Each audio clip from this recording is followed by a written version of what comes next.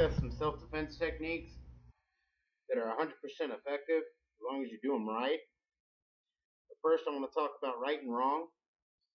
When it comes down to right and wrong, it's a personal, moral standpoint. But simply what right is if you see someone in danger, that includes yourself or anyone else who's incapable of protecting themselves or doesn't know how or doesn't have the time to respond, it's your responsibility as a human, a moral human, to protect them at all costs, regardless of what the law says or people around you say or friends or family members. So a quick verbal rundown of my credentials, because I don't have it on paper right now. I've studied martial arts for 20 years. I was in the Army for 6 years. I was airborne, 502nd, 2nd Strike Battalion. I was in Iraq for 4 years, OEF, Operation Enduring Freedom.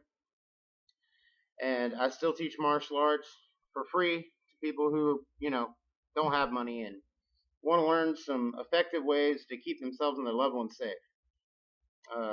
Disclaimer, I'm not recommending you do anything if you feel unconfident in your ability or that you may screw it up and get hurt. I don't want anyone to go out and do something and end up in the hospital or, God forbid, in the morgue. But that said, let's get down to it. The techniques are simple. They're based off U.S. Army Airborne Combatives. They're based off Krav Maga, Brazilian Jiu-Jitsu, Ninjutsu, specifically Koga and Ryu Ninjutsu, and some, but not much, Muay Boran and Eskrima. So we'll get into all that. Hopefully this video is not too long, and I really hope you enjoy it. If you employ them correctly and practice them, it'll work. We're going to go over guns, knives, empty hand, and procedures to employ and escape if necessary, alright? Hope you enjoy. First off, self-defense scenario. I have a gun. I'm going to go ahead and clear it so everyone knows no one's ever been shot on a camera through it. See that? Cleared? Okay. But just to show proper procedure before you touch a firearm. And I'm wearing a knife, particularly a Smith & Wesson, but whatever. You always want your hands in front of you. You don't want them down here. You don't want them up here. You don't want them out. You don't want them up here like this. You want them in front of you, because just in case someone does rush you, you can hit and move aside. This is going to vary for person to person. I'm 5'7", 207 pounds, so I'm a little guy. But this works against, 6'4", 300 pounds, full muscle. Never kick above the camera angle. Never kick above the knee. Unless you're Bruce Lee speed, then you can, as high as you want. What you're going to do is keep your kicks low. To the hip, or to the knee, or to the groin. Never do any of that crap because it looks great. It's great in a dojo. It's great in a tournament. It's great for displaying skills and ability. In a street fight, a true brawl against 3 or 4 people, or when you're not paying attention, it'll get you killed. Worst case scenario, it'll get you killed. Best case scenario, you're going to go to the hospital and have to have some surgeries. So try and avoid that. Hands are up. If you need to square off and be, look, I don't want to fight. I don't want to fight. Seriously, back up. But if people keep rushing you, you can always go from this to this. If you notice, I'm going from this stance to this. My hands are still up. I don't have any weapons. My feet are pointing like that. They're slightly out, but it's a forward stance. If I need to, I can push back, go to my weapons. Alright. There's a very simple set that works 99% part of the time. ears. If you can get behind or beside someone, kidneys. You want to hit with a fist or an open hand. I don't hit with a fist because I jack my hands up in the army, so whatever. Don't ever count on a groin shot to fold somebody. Worst thing you could do is kick someone in the nuts and expect them to fall, or kick some girl in the crotch and expect her to fall. A lot of times, all that happens is they get pissed off and come at you 10 times harder. It's a problem people have with tasers and pepper spray. They expect it to be completely effective, and they end up getting hurt. From this position, your hand can shoot out quick to the neck. Bam. You can go from the groin to the neck. All right? Groin, neck, groin. Just keep it flowing. If you need to, if you hit them in the neck and you feel truly threatened, you can grab the windpipe. This will take anyone down. Show you what I'm doing. The hand goes from here, like that. And you basically take your fingers, come behind the windpipe. And if you squeeze too hard, you will kill somebody. A little pressure is going to cause extreme discomfort. The person's usually going to comply once it doesn't matter what they're wearing. Even through a thick hoodie, your fingertips are going to disrupt the hyoid tissue and the rings and the cartilage in the esophagus and the trachea and the windpipe. And about the pressure it takes to make a fist and hold it will crush the windpipe and kill somebody. So again, this is dangerous. Your life is on the line. This is only a last resort. This is like pulling a gun and shooting someone or stabbing someone. This is only when you know in your head and in your heart this person is going to kill you or your family or your friends or the people in the immediate area. Again, reset. From here, bam. You're doing two things at once. You're kicking to the groin, and as you come down, you're hitting into the throat. You can use a fist and hit the throat, but you're not going to know the pressure you're exerting unless you've done it for like 50 years and you know the fine mechanics. In a fight, fine motor skills go down. Perfect example. The safety on a gun, the slide lock on a gun, these are fine motor skills. Don't rely on them. Doesn't matter who you are, your adrenaline's going to be flowing, and simple tactile responses are not going to be reliable. From here, even if you can't manage to hit here or here, keep your head down and just keep pushing back, trying to keep them away. For a knife attack, don't listen to this crap about you can grab it and twist and hit them and all that. No, it doesn't work. Knife attacks are so quick, you're going to get stabbed. You will get cut. It's a guarantee. You're going to have to get that fixed as soon as possible. Alright. From here, you need to always wear your tools with an arm's reach. Alright. My knife is right here, and it buttons back that way. Alright. We're going to get into some knife stuff. Always hold your knife in front of you if you have it out already. Don't show them the knife and expect them to go away, because that's not going to work.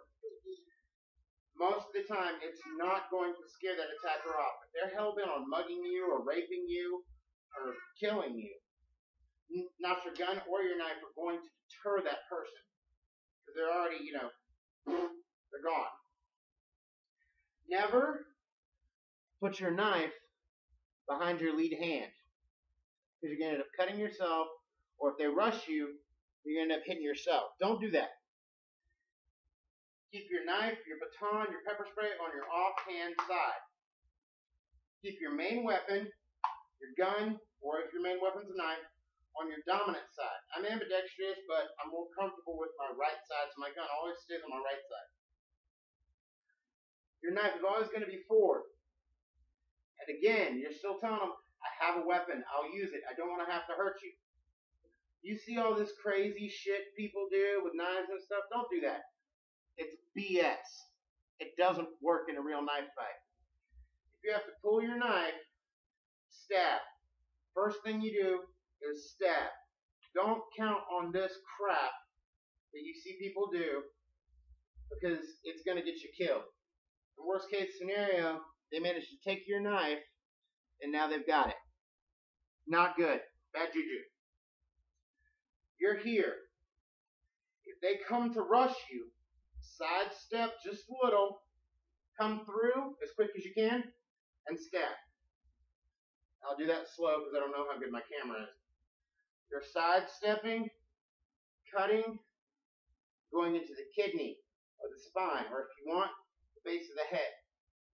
You can cut, and catch. If you really feel that it's necessary, kill them. Don't worry about the law, worry about your safety and those around you. Right and wrong is still right and wrong, no matter who says what. Gun applications. Like I said, I'm only running through some simple, very, very simple, dumbed down stuff. When it comes to a gun, never pull any weapon. I don't care if it's a knife, a gun, a baton, a taser, pepper spray, or put your fists up. Don't do this until you are actually ready to fight.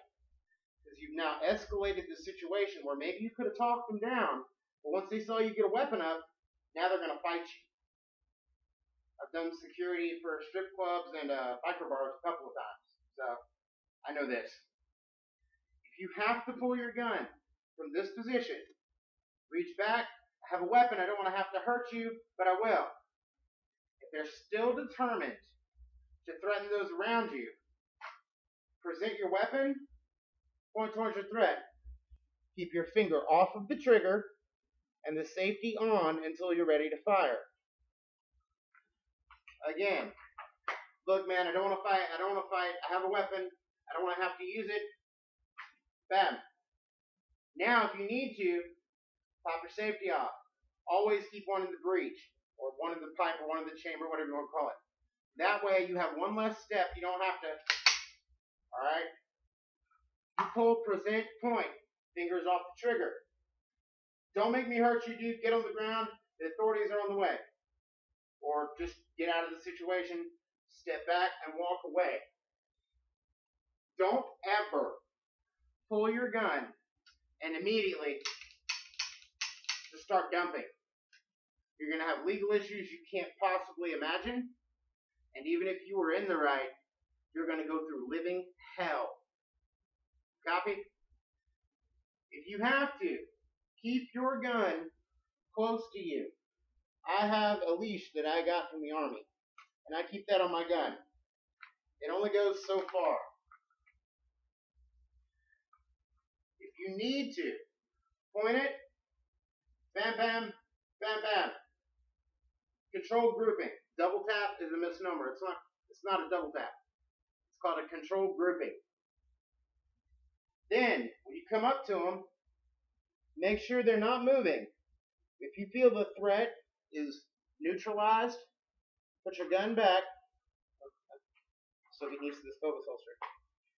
Then come up. I carry handcuffs. So handcuff them. Call the authorities. Be like, look, I had to protect my life, my child. I was in the parking lot. There were people around. I didn't want anyone else to get hurt. Practice with your weapons. If you don't have a knife or gun, get good with your hands. Get used to being fast and accurate. Without talking too much about my personal experience with certain martial arts studios, what they're teaching you and giving you a belt every other month, that's bad. I've seen multiple cases of black belts, first, second, and third degree, getting stabbed to death because they tried to do something they did in the dojo. Don't do that. Study something simple, something that's effective. I don't know if I'm allowed to say this, but I have a very close friend who runs resistthetyranny.com. He gives a lot of good political information, a lot of good, current events worldwide, mostly the United States, but worldwide stuff. My teacher was Jason Melcher, and he taught all types of martial arts, but he kept it was designed for street combat, to defend yourself and those around you. There was a belt system just so people knew where they were when they met somebody. But it was very stripped down, simplified, dumbed down techniques. KISS, keep it simple, stupid. Another good person to check out is Chosen Ninja. He's on YouTube as well. He teaches Korean ninjutsu, and his channel is amazing. I'd swear Jason Melcher and he were like this. I mean, almost the same techniques, almost identical. These are simple things. Keep it easy. Keep it quick. You don't want to be in a fight with one guy trying to protect your wife or your husband or your kid, and suddenly 7 other people run up trying to help him. Make it as quick as possible. I teach all types of things. I've taught my friends and my girlfriends and, all these people that I've known throughout my life certain things. Only a few people know that the 90% of what I teach. My wife now knows about 75%. The only other person who knows as much as I've been willing to teach is my brother Joe. And that's because he's at a higher level of self-restraint than most people. So he knows almost 85 to 90% of the stuff I've been shown and teach. And he's used it to protect himself a few times, and he swears it's amazing and works. So I mean, that's him. I don't know. I don't think it's that great. I just think it's stuff, common sense stuff. Your eyes, you can never protect them all the time. Your throat, you can never protect it all the time. Your ears, you can never protect it all the time. You hit someone in the throat, they're going to start coughing. They're going to start choking. You hit someone in the ears with an open hand, what you're going to do is rupture the eardrum. I've had my eardrum ruptured. The person's going to fall. I don't care who they are, how badass they are. You get your eardrum popped, you're going to fold like a sack of potatoes. It's going to happen. It doesn't matter. You can be built like a brick crap house, and you're going to drop. It's excruciatingly painful. It'll make you cry, and you have to go to the hospital. I'm almost deaf in one ear because of that. If you hit someone in the eye, it only takes 4 to 6 pounds of pressure to pop an eyeball. If even blindfolded or maced, you can grab someone by the ears and find their eyes with your thumbs. Gouging someone's eyes out will not kill them unless you go back through the skull into the brain, which is possible, but it's a bit extreme, and quite frankly, it's more work than it's worth. I see all these knife fighting videos and stuff, and one thing they never mention about a knife fight, 95% of the time, one person doesn't know the other person has a knife. And the person who doesn't know about the knife is the one who ends up in the hospital or dead. So, on that one, I have a close buddy who's in the Rangers. Well, he's retired now, but he was a Marine and then he went into the Rangers. And I know from personal experience, without getting into a whole lot of stuff I don't want to talk about, when you have to use a knife on somebody, it's not just extremely messy. It's not like anything in any horror movie or action movie. It's disgusting. You're covered in blood. It seems like you have more on you than they do, and they're the victim of being stabbed. It smells horrible. You can taste it in your mouth and your nose when you have to stab someone or slit their throat. Don't ever take these things as a joke. Don't ever play with a knife or a gun like it's a joke, because they will, pardon my language, fuck something up. We're going to go into a few things with long rifles. At the moment, I'm going to display with a 12 gauge, but it's the same as an M4. Most people know it as an AR-15 or M16, whatever you want to call it. Doesn't matter. It's just semantics. Any long weapon. Anything bigger than, a submachine gun. Right? And then we're going to go into a couple, just a few baton techniques, which something as simple as a stick or a bottle or a rolled up magazine or an extending baton. It all works. Anything you use in your hands as a weapon is a tool. If you can't do it with your empty hands, don't expect yourself to be able to do it with a knife, a baton, or a gun. You need that muscle memory. You need to practice enough so even if you're caught off guard, it's instinct. it just happens. Just you don't think about it. I teach plenty of anti-rape stuff for women and men who've been through that and molestation victims and whatnot. Tons of simple, easy things that you can practice 3 or 4 times a day, and within a couple of weeks, no matter who you are, you're going to have it in your reptilian brain. You're never going to forget it. You can go months and months and months, and if someone comes up and puts you in that situation, certain scenarios I go through, and I train people as realistically as possible, where fear's involved, your adrenaline's worked out, your muscles are burned out, and then we go through techniques to simulate the duress of combat, where someone's got you against a wall or something. They're very easy. Muscle memory works with the simplest movement possible.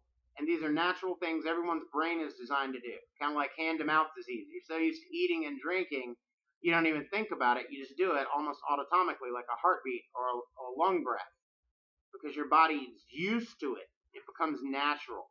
And no matter how difficult something is, if you do it repetitiously enough, it will become muscle memory. It may look amazing to everyone else. It may look awesome and super fly, but your brain does it just on instinct. You can train your instincts to do anything.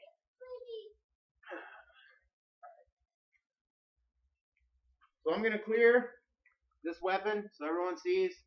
This is a Mossberg 590 with little personal touches. Okay? You see? It's cleared. There's nothing in here. Nothing. Alright. Let's get down to the nitty-gritty, as my granddad would say. Okay. When you're dealing with long weapons, always remember your weapon is, long. Alright? I don't like super short shotguns or rifles. It has nothing to do with the accuracy. It's just a personal preference. In the Army, I carried a M240 Bravo, and I used an M16. They're not small weapons. Right. If you have to, never put your arm out. I don't care who says what. Keep it close. Alright? You can use this weapon to poke someone. If you hit them in the chest, right here, they're going to go back. I don't care who it is. They can be 6'4" and built like Arnold Schwarzenegger and have, 30 years of combat experience. If you hit someone in the chest with a rifle, they're going to fall on their ass. 100% of the time. When you do it, you're going to take and push forward. I'll show you the footwork behind it so you know what to do. Practice this. You're here, prepared to shoot. Okay, my knees are bent. Alright, and you're going to push. Literally push off like you're trying to run. Alright, you're going to push off into them. Just like a boxer knocking somebody out. The scientific term is kinetic linking. It's like a whip. It's kinetic linking. You're going to take it, push off. It's melee, but anyone can learn this. It's not complicated. Push off, and then come up on them. Let them know you're not playing.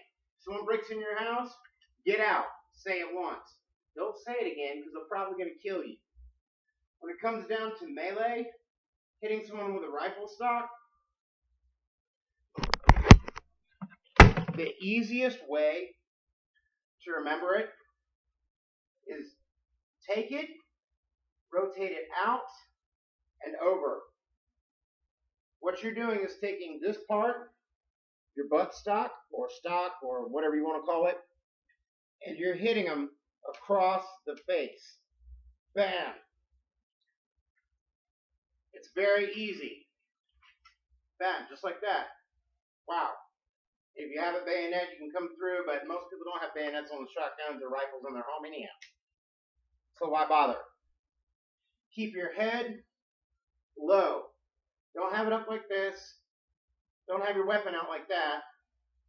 And don't lean into it like that. Keep it close, your head over your body, your center mass. Don't lean back like that. Because if you have to shoot, it's going to rock you. And then your entire center of balance is gone. And God forbid they manage to rush you while you're shooting.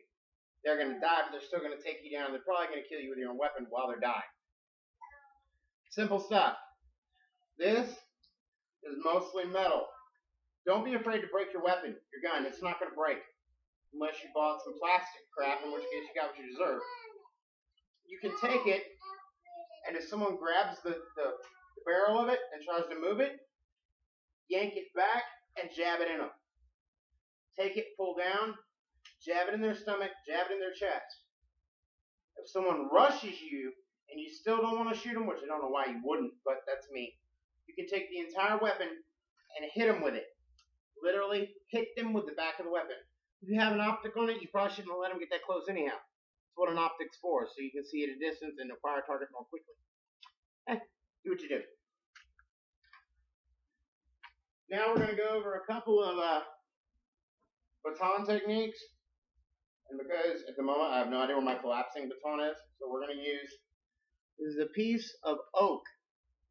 It's polished sanded oak that I got from Lowe's for like, I think it was $1.24 for a length about like this. It's cut down and I sealed it so it's a little tougher. This is designed to be kept on your offhand. If you're right-handed, it needs to be by your left side. If you're left-handed, it needs to be by your right side. You can put this inside your belt loop. You can put this in a backpack. You can have it sticking out the back of your pants. And if you need it, it's out. Think of it like a knife. You don't want it back here. If you go to swing on someone and they grab your arm, you broke your own arm. This little piece of wood, before it shatters, will break your radius, your ulna. It will break your forearm. It will actually break your skull, your cheekbone. It'll cave your entire lower mandible. Stop. Sorry, we have a toddler that's whatever. Anyway, if you need to use a stick to defend yourself, remember it's a blunt force weapon. What blunt force weapons are clubs, basically. Cudgels, morning stars, anything where you've got to hit someone. It's a baseball bat. When you're meleeing with a rifle, it's a blunt force object. It's basically what your fists are and your elbows. They're designed to do impact damage, trauma. If you're going to hit, alright, now Kali teaches you this stuff, alright, it looks great. In a fight, it doesn't work. It's completely unacceptable. It's going to get you killed. Or, God forbid, worse. Take it, come up and down. What you're aiming for is the collarbone, the side of the head, the cheekbone, or the neck. Contrary to popular belief, you hit someone right here in the neck hard enough with your hand or a solid object, it causes a shock response in the body. And the science of it is very simple. The blood stops flowing to the brain at its regular pace. So your brain sends out a signal that says, oh crap, we're not getting oxygenated blood, shut down for a minute. So the person drops like a sack of rocks. But you've got to hit it with everything you have. The proper way to hold any baton is not down here. See that? You want it there. And this is a physics demonstration. This is simple math.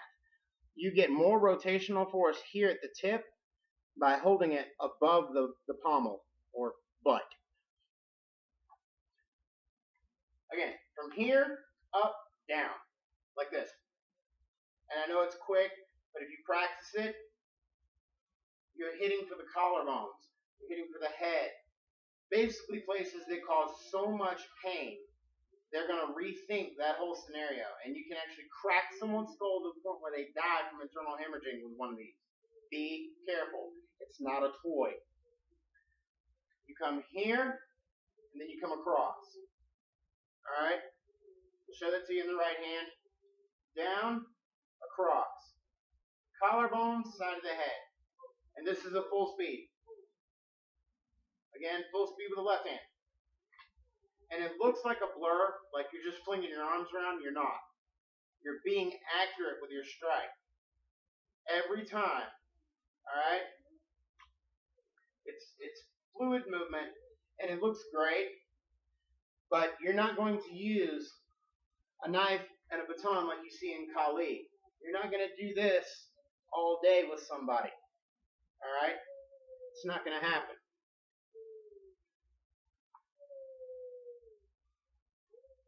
These are multifaceted weapons, just like your knife. Think of this as a sword, a knife, because that's what it was meant to simulate, is a knife or sword. If you have to, and they come in too close, these weapons, anything in your hand can be jammed. That means they get so close you can't use it. If you come across and miss, God, I hope you don't. You can still take it, rotate it over, and hit him in the face with it. Again. Okay, let's see with the left hand. You're taking this point right here, and you're aiming for anywhere in this area. A single palm strike, which a palm strike is taking your hand and hitting like that to the nose or to the mouth or even to the eye, will cause enough disorientation and discomfort to buy you another second or 3. And it takes exactly 3 seconds in a fight for you to die.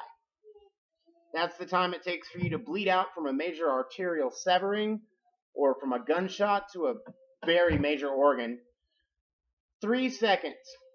Now, without digressing too much before I close this video, I'm going to show you how long 3 seconds is. Ready? Now. That is 3 seconds. That's how long it takes for you to die or someone around you to die. I'm not saying be paranoid. I'm not saying assume anything about people. Just be aware of your surroundings. Look at people. Who's walking hunched over? Who's wearing a little too baggy of clothes?